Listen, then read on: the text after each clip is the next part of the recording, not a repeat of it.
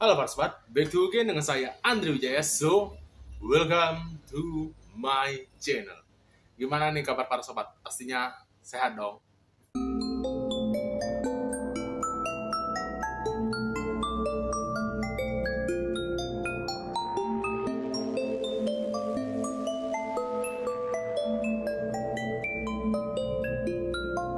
Pada tanggal 30 Desember 1999, masyarakat Pakistan, terutama ibu-ibu, dibuat menangis oleh pria ini.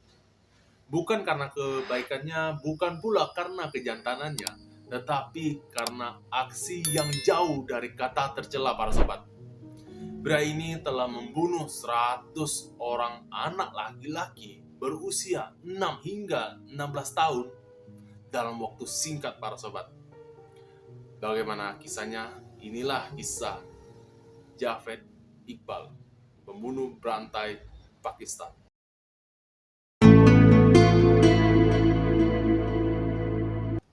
Sebelum saya menjelaskan lebih jauh tentang kasus Javed Iqbal ini, beberapa referensi yang saya cari ini berbeda-beda para sobat. Jadi referensi ini mengatakan Javed Iqbal kayak gini, selebihnya kayak gini, dan informasi tentang masa mudanya ini tidak terlalu banyak diketahui para sobat ya. Tetapi saya berusaha untuk mencari tahu dan membagi kepada para sobat. Oke?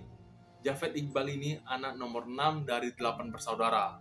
Ayahnya ini seorang pedagang yang lumayan kaya di lingkungan tersebut para sobat. Jadi Javed ini sudah terlahir dengan sendok emas para sobat. Nah, jadi pada tahun 1978 si Iqbal ini juga berkuliah dan sekaligus membangun usahanya sendiri di bagian pembuatan baja, jadi bagian-bagian besi gitu para sobat.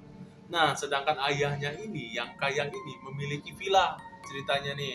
Nah, diwariskanlah kepada si Iqbal ini.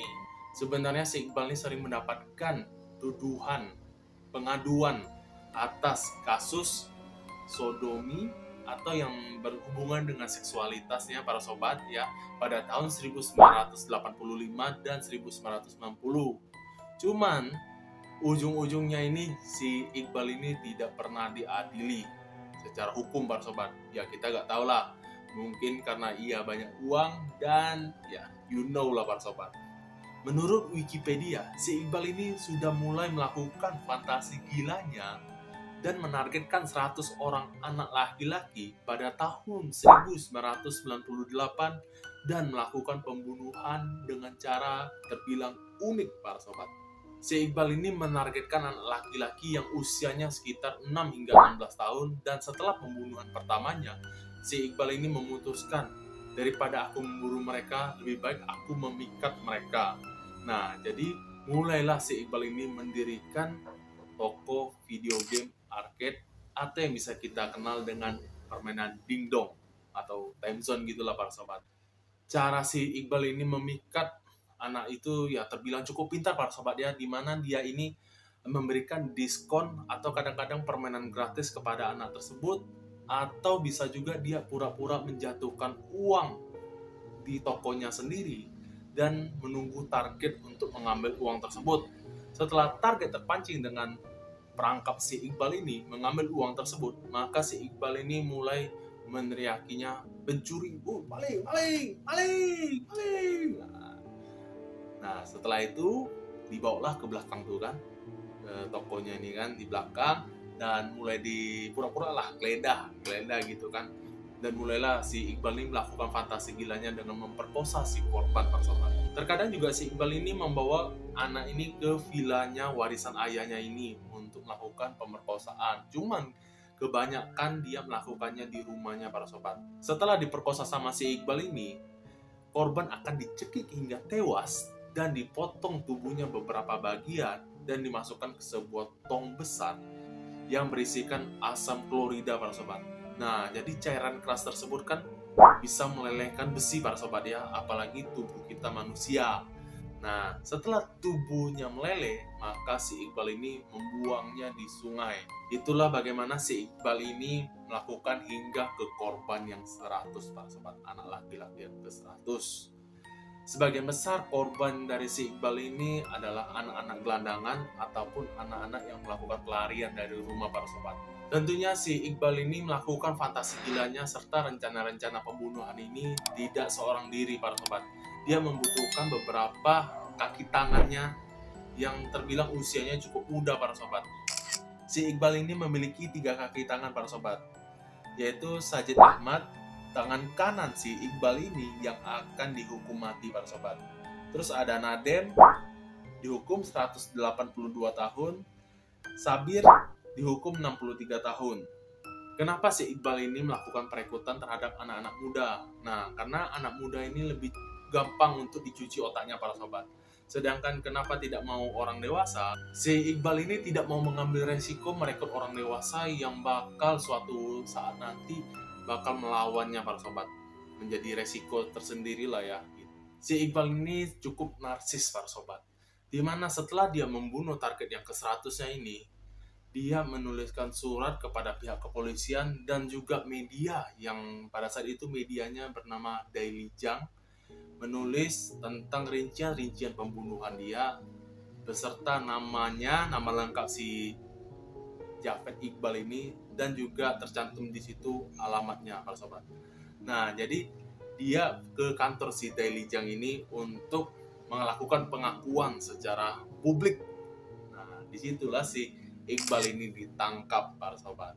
Setelah si Iqbal ini ditangkap, jadi polisi ini menggeledah ke rumah si Iqbal ini dan ditemukanlah tumpukan baju korban ya.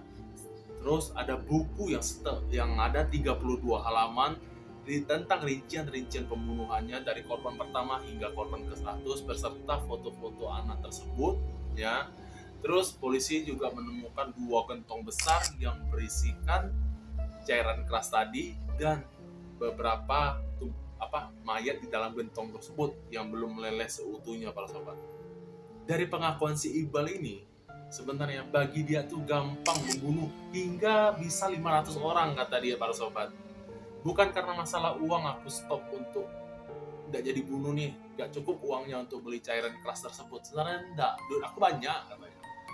Cuman pendirian aku, ya target aku ya 100 anak. Setelah 100 anak itu terpenuhi, ya sudah, selesai target aku. Atas kesalahan yang dilakukan si Iqbal ini, akhirnya hakim memutuskan vonis hukuman mati para sobat. Dan video pun selesai.